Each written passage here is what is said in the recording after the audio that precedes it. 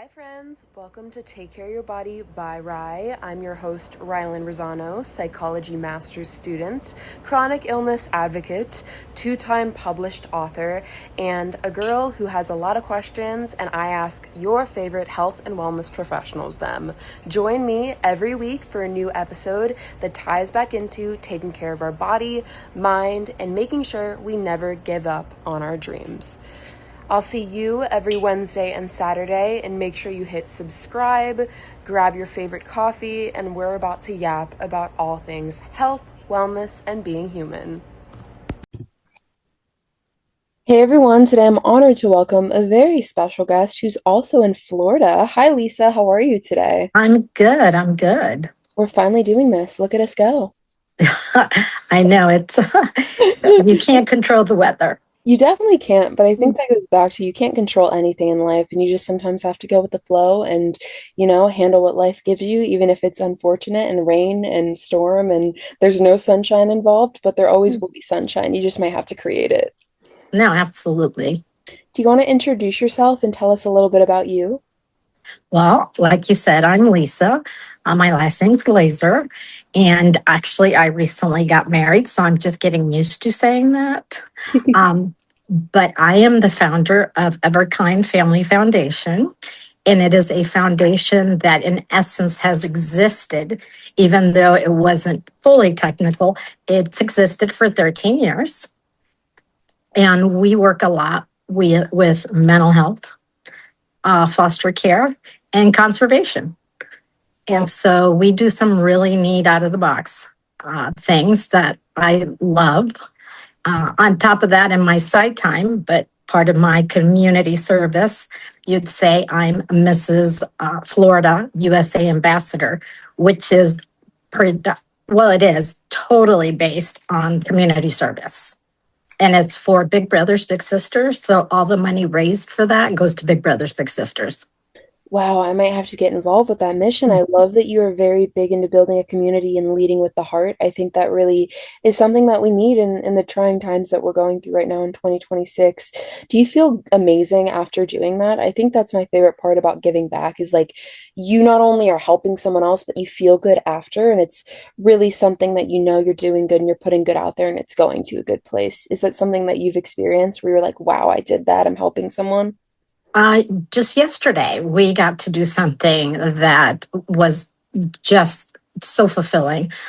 We had visited a foster care facility where sibling groups get to stay together. So they have 5 houses and they have house parents.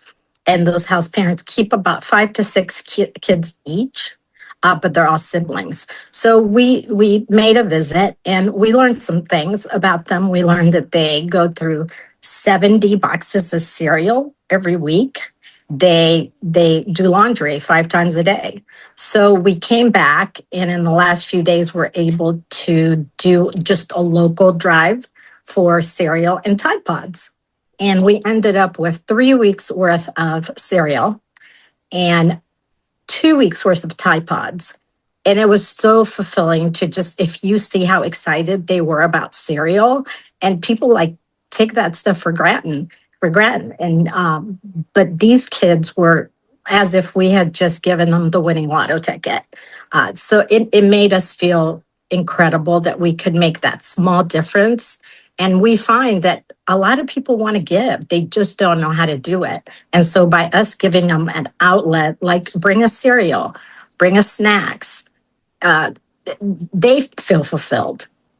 No, and that's really beautiful. I mean, me and my sister grew up doing like nonprofit work and we would donate to foster care facilities. And I just remember like some of the kids got so excited. One girl was like grown and she got excited about an Elmo stuffed animal. And I was like, wow, like it's so crazy how we go about life. And it's like, it's our everyday. We see these toys and things and we have access to them. And it's rare to people that go through hard times and maybe don't have as frequent access to toys or shoes or clothes. And it really makes you look at life differently as well. We eat cereal all the time, but someone else might not. And that's incredibly sad. And it really shows you like you need to be a kind and caring human being because that goes far and you never know what someone is going through. No, and it takes such little things to make such big difference. Uh, especially we have an event that we do in December that might not seem like a big deal to a lot of people, but we take a group of foster care children and also migrant children to the aquarium. And it's typically the first time they've ever been in an aquarium.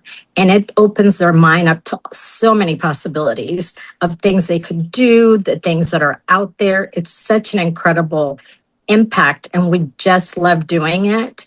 But again, it seems like a little thing, but it makes huge difference. And I think that again, it really is incredible. Like, when you do these acts, sometimes it often feels small, but one small act might be, something that someone will remember for the rest of their life. You really remember how people make you feel. And I think that's really beautiful. No, we love it. No, and like I just think it's so cool that you have been so involved and like even with your title, I feel like people often, you know, use titles and sometimes it's like an ego boost, but I love that you're using it for good. It's not something that you just, wear as a badge of honor. It's something that you use to get yourself in the right rooms where you can help people and give back. And it's a great platform because what we're passing on to teens and younger children is that you can have success by being a leader, by maintaining your integrity, by having the right character, and then that builds confidence in them. So this platform has given me that ability to do it on a national level versus what I do, which is locally just to the state of Florida. And so it's an amazing platform because now I can deliver uh, our message and educate, especially on mental health in young girls, because there's such a gap in that area. So this definitely gives me that ability to say, hey, we all have hard times, but here are some resources. And it's okay that you can't just shake it off. And it's okay. It's not just a phase, and there's help out there. And sometimes hearing that, I think, really does make you feel less alone because, again, like being a human is so hard. And I think there's this big stigma around vulnerability, especially with the world of social media and just everything. You see things and you think you need to be happy all the time. And I think having someone sit down with you and say, like, I see you, you don't need to just shake this off.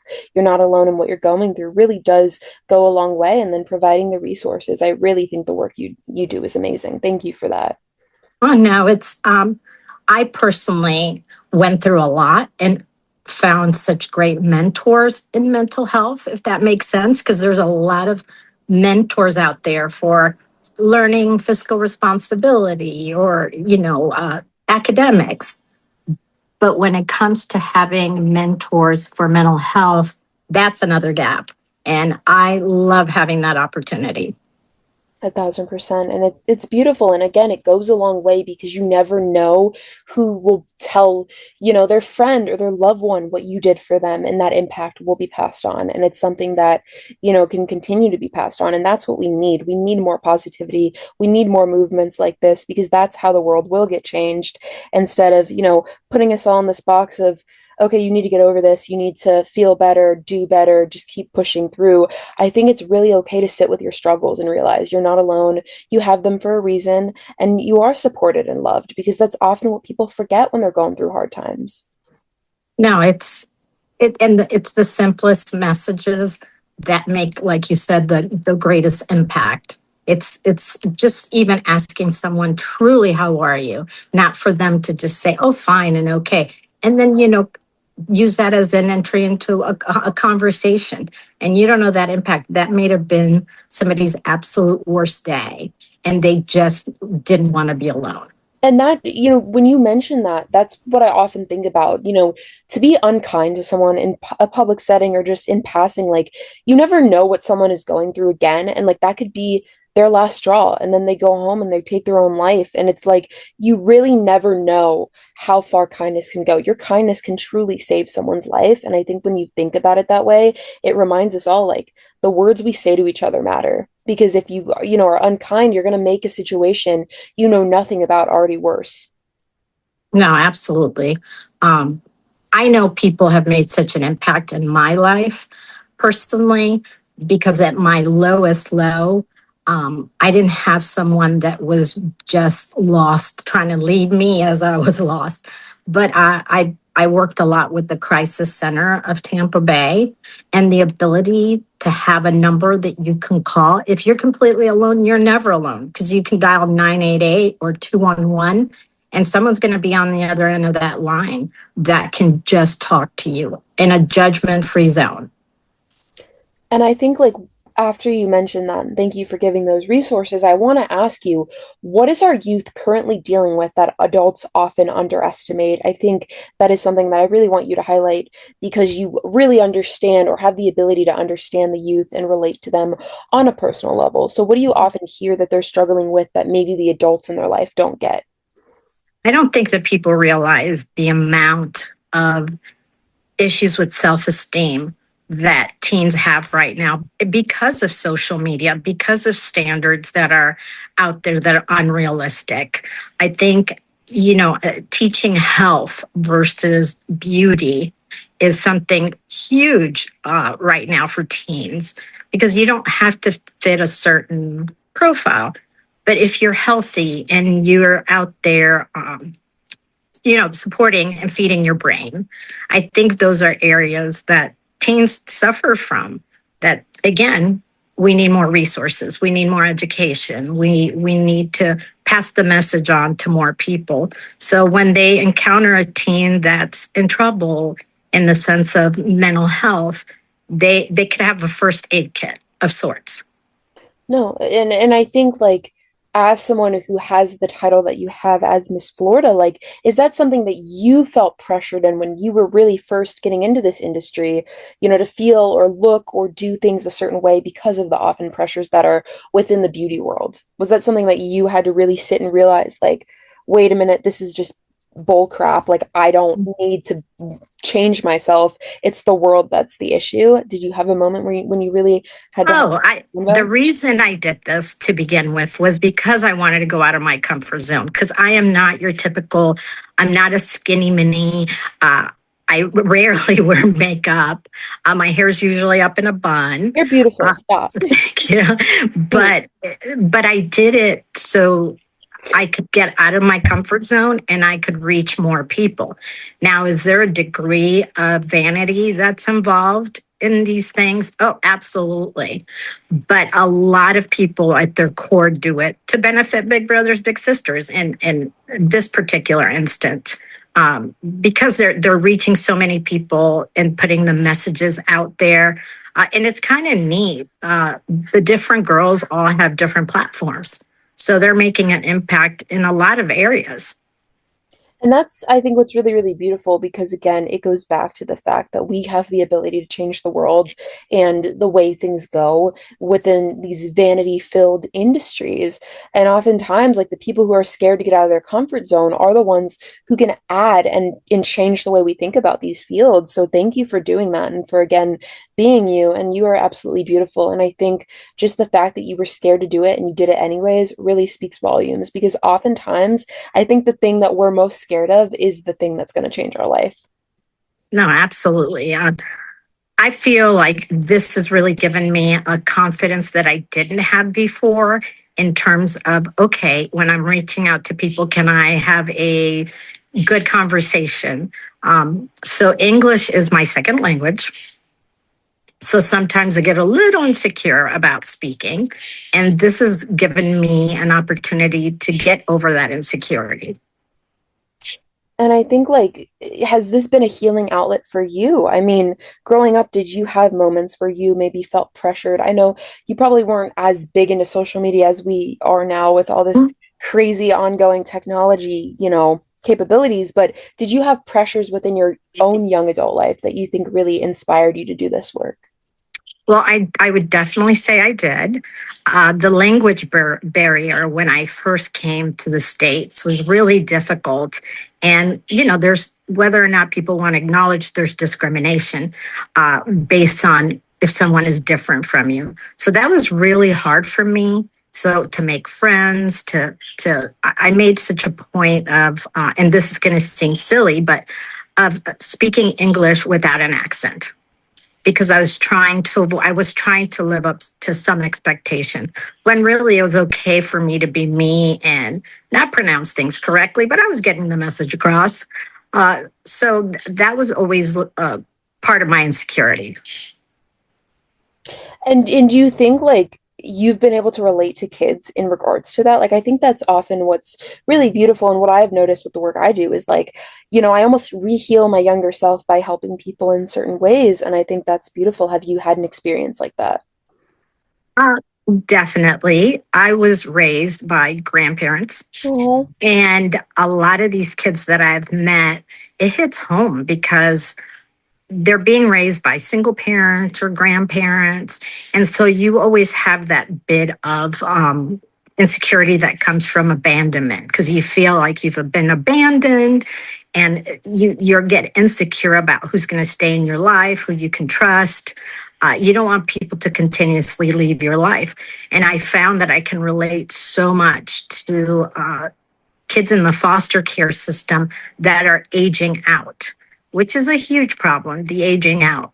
But I've been able to relate, okay, here you go, you were given this much resources, but now you're 18 and you're on your own. So I could definitely relate to that. and that's, I think, what's so upsetting is like a lot of kids don't have the resources, and like they want the help, they want to do the work, they don't have resources, and I think that often is what stops them from getting help, and that's really really heartbreaking. And I think that's why it's amazing to have someone like you, who understands firsthand what it's like, and what it's like to struggle and people not understand, and you get to really like change the narrative, and I think that's so beautiful. No, I'm blessed, I would say, to have the opportunities I do to feel like I'm making a difference. And I am communicating to people in my life that to make a difference, it's not about money. It's about your time. It's about your talents and putting them to use, even in the smallest of ways. And like again, going back to the insecurity thing, because I think so many Americans struggle with insecurity, especially young adults. Like you said, like we often think we don't provide value. And I guess, what really upsets me about this is every human being brings value. Do I know math? No, but I can write amazing and I can connect with people and I can podcast and I'm a kind human and you're a kind human and you help people in your own industry. So I think it's upsetting that, young adults automatically assume I'm not enough, people don't like me, I don't matter. But at the end of the day, they do matter. Maybe they're not the most amazing mathematician or, English speaker, but they're a kind-hearted human being who's amazing at engineering and or whatever it might be. And I think we often forget how much value we bring to the table, and we're so quick to underestimate ourselves and exclude ourselves, but we really do bring something to every conversation and room. And I again think it's important to highlight the work that you do because you want people to feel seen. No, absolutely. I know there's been times in my life when I've been in a corporate boardroom and I think, okay, I'm invisible. And there's also been times when I'm in a room full of people and have felt completely alone. So I know the importance of showing people their value and reminding them that, as cliche as it is, tomorrow needs you. No. And like going back to the mental health crisis, people often take their own life. And when they do, that's a permanent choice to a temporary problem. Every problem we have in life is temporary, whether you want to look at it that way or not. Like if you take your space out of, if you take yourself off Earth, you can't undo that decision, but you can fix whatever else you might be struggling with. And tomorrow really does need us because you never know how good it's going to get until you keep going. Now, I will tell you something to that point.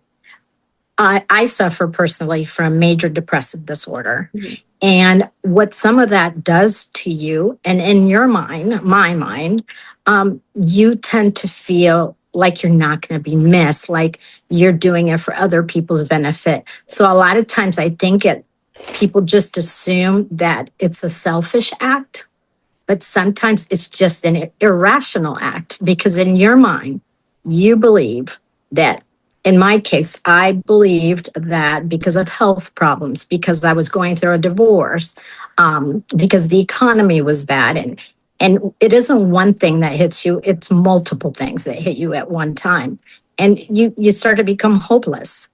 And so having people out there that remind you there's hope, I feel will reduce a lot of that suicide rate. Because a lot of times you just need to be, like you said, seen. And you need someone to sit with you and say, you're not alone in whatever you're dealing with. Because again, like I think being a human is so isolating, and we often think, I'm the only one who thinks this way. I'm the only one who struggles. And conversation really does go a long way. And I think that's why I do what I do. And I know that's why you do what you do, because you never know who you're going to interact with and who might need what you bring to the table. It might just save someone's life. No. And I will tell you one thing that I found helps me a lot, and a message I try to get out there is have a core unit. Have one or two people that you can communicate with, that you can say, hey, listen, if I start to isolate myself, if I start to seem overly enthused or going through mood swings, that means I need you. And here's how you could help me. You can remind me to do self-care. You can remind me my value. And I think it's so important to have that core.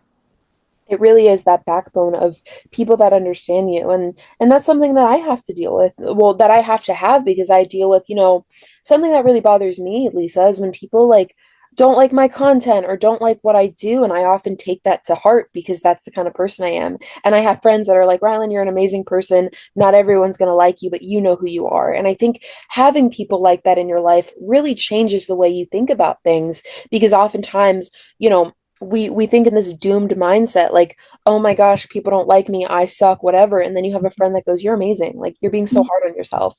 And you're right, support systems really do change the game. And is that something that you often like express within the work you do, like you need to have a support system? Oh, yes, because I tried to make a point of not just having one contact, but multiple contacts, so that people feel like, okay, you didn't just say that to make me feel better. You really mean it. I believe in investing in people. So all the nonprofits I do, one of my mental conditions to doing it is that I can physically be involved and volunteer and have multiple contacts, so that, hey, I might be the only person they think cares, but at least they know it's genuine and it's coming from a place of love. Exactly. And I think going back to that, a lot of individuals are emotionally exhausted. What do you think people need to hear from leaders and public figures within the space? I mean, you have the platform. What is something that you really think we're all craving? I think that it's going to sound kind of odd, but that it's okay sometimes to not be okay. It's okay to be sad sometimes. It's okay to cry. It's like cleansing. And I think it's so important that people know you're not always expected to just walk around with a happy face as if nothing is wrong. It's okay to process feelings.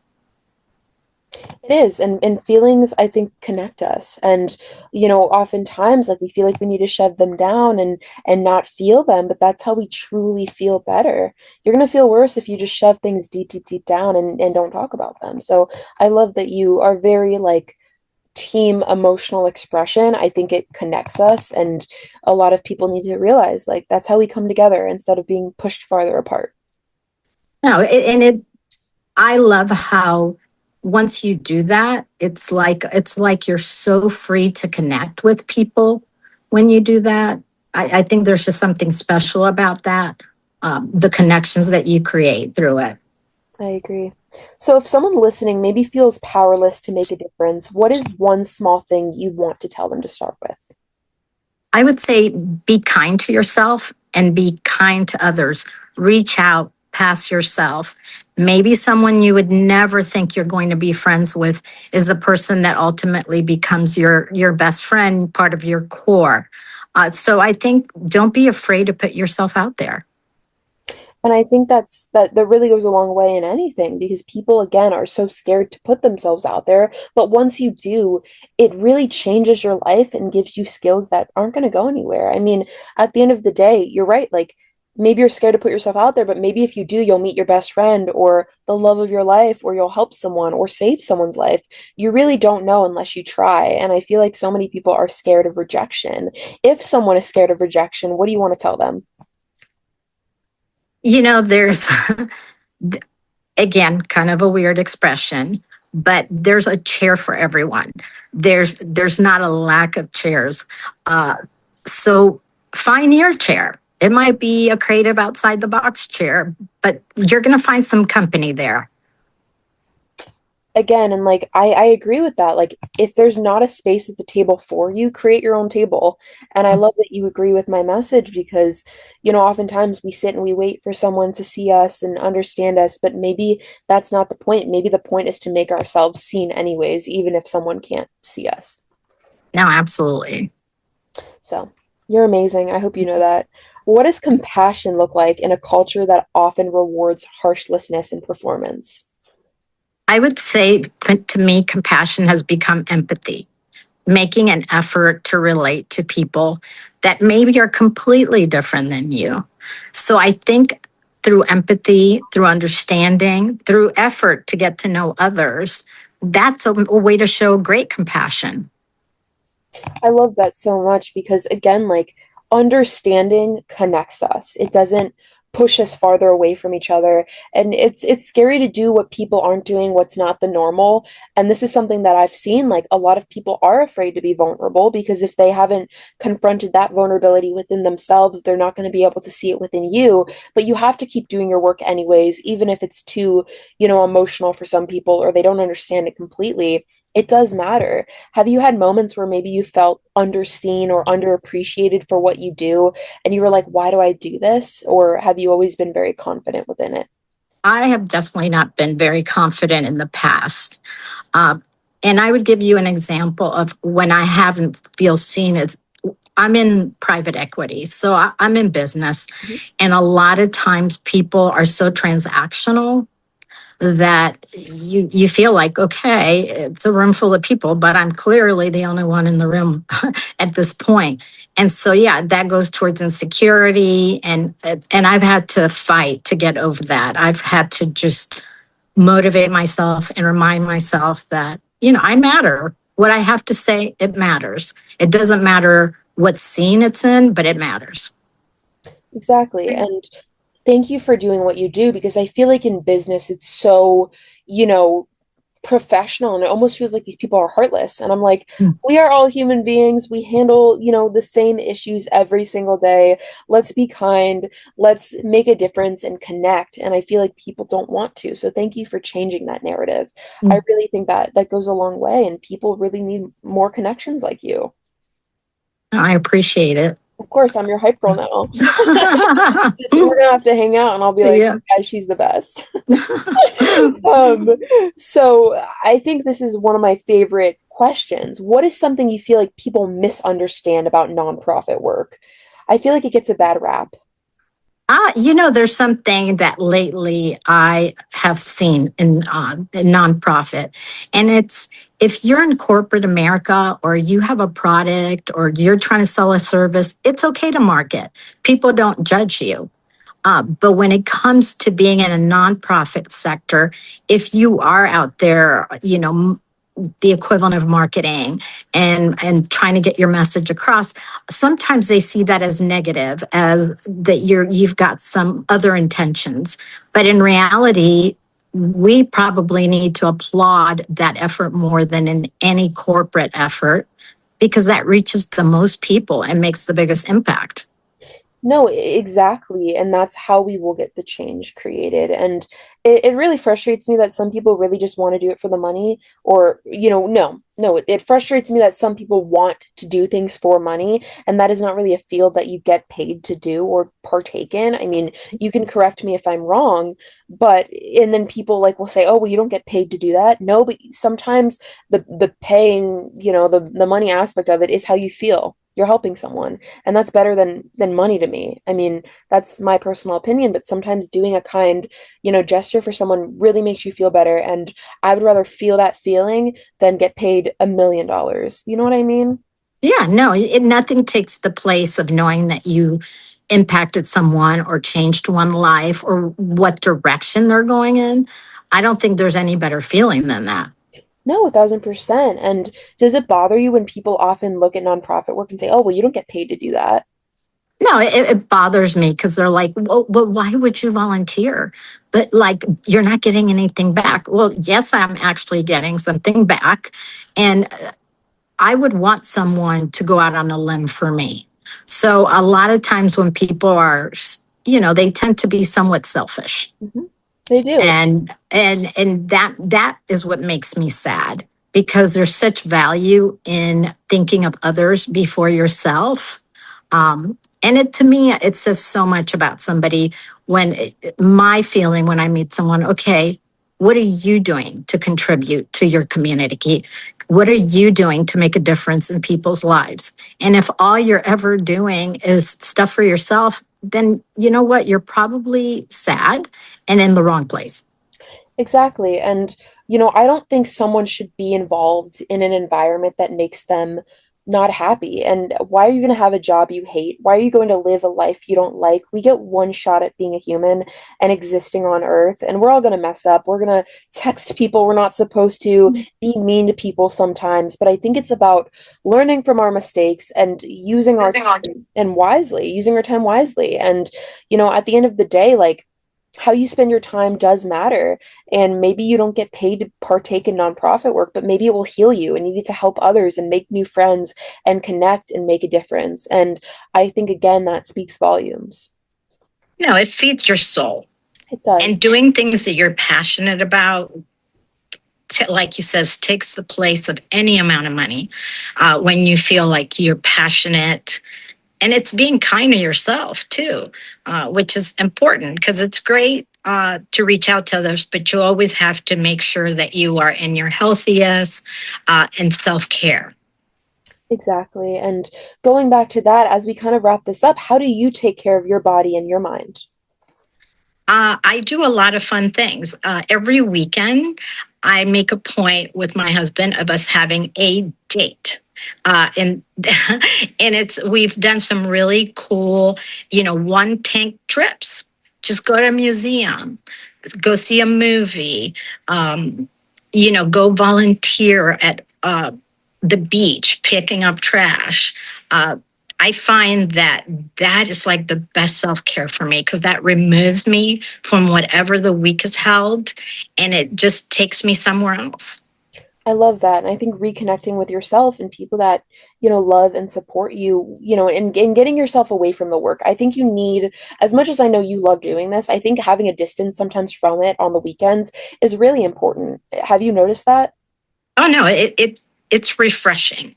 It gives you it sets you up for a fresh start for the week. So no matter what happened last week, this reminds you, oh, hold on, there's more out here than just my job, or it just puts you at a fresh start. So by Sunday night, you know what? You're ready again for Monday. Instead of just dreading Monday, you're ready. No, You're and reset. I want to just put a big exclamation point after that because people are like, I hate Monday. And I want to go, how are you spending your weekends? Because why are Exactly. you on Saturday dreading Monday when you should be focusing on where you're at in the present moment and recharging so you're happy and ready for a new week?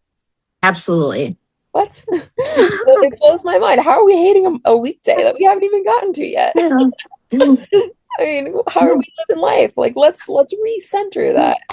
Um, but I truly think you are amazing, and I think the work you do is amazing. And I want to thank you for joining me and for connecting with me and spreading awareness about, nonprofit organizations, helping people, and leading with heart. Do you have any last final message you want to share to inspire the audience to maybe give back today? I would say love yourself so that you can love others and pass that compassion and that empathy forward.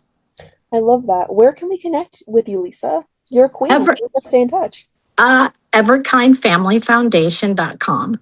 And I get every message and answer every message. Thank you so much for joining me. This was absolutely amazing. I think you're incredible, and I think the work you do really matters. Thank you so much.